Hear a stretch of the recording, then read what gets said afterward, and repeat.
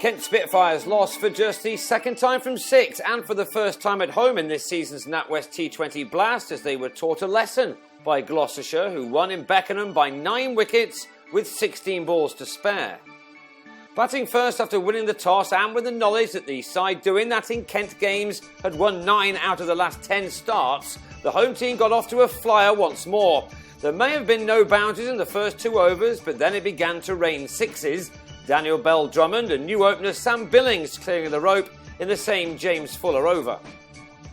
Spinner Tom Smith was into the attack as early as the 4th over, and he too was sent into the distance by Bell-Drummond before Billings, in his last game before joining the England squad for the one-day series with New Zealand, went the full distance off successive deliveries from David Payne. 5 overs in, and the front runners of the South Group already had 52 runs on the board. The pitch appeared to be a belter, and so Billings will have been disappointed to be out in the power play, Smith beating him in the flight to have him stumped by former Kent man Geraint Jones.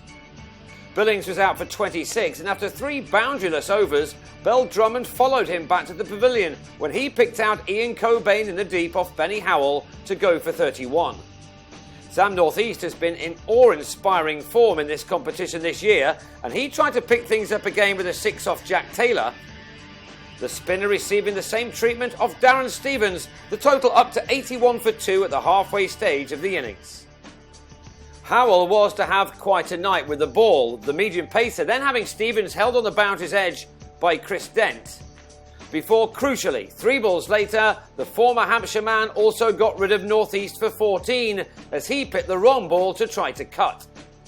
Oddly, the Spitfires, so good in this tournament thus far, then hit the buffers before Fabian Cowdrey failed to middle a shot off Smith to be held by Fuller at long off. Cowdrey and Alex Blake had added 48 runs, but it had taken them 7 overs to accumulate. Cowdrey and Blake could only score at a run a ball each. Blake, the 6th man to fall at the start of the penultimate over, with a total reading 133. A very big finish was needed, and Matt Coles tried to supply it, hitting a maximum in each of the last 2 overs, but with Howell taking 3 for 18 and Smith 2 for 22 from their 8 overs combined, the Spitfires had to make do with a final score of 156 for 6 from their 20 overs, nothing like the form they've struck in recent times.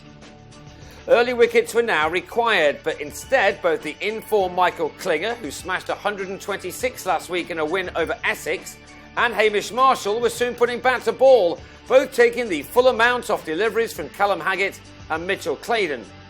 The latter responding immediately by trapping Marshall in front for 19 with 52 runs on the board after the opening 5 overs of the reply. And that was to be Kent's only success of the night, as alas they were outplayed by a confident Gloucestershire outfit. In truth, Cobain didn't need to go hell for leather, and he pushed the ball around for boundaries when he needed them. The visitors bringing up their 100 in over number 11, and that left them with just a runner ball to get. Klinger eased to another 50 off 37 balls and was soon adding to his boundary count of 5 fours and 1 6. While Cobain also made a half century off 37, and then the winning boundary was struck off Claydon in the 18th over. The Gloucesters reaching their target all too easily with 16 balls to spare. Klinger with 69 and Cobain 54.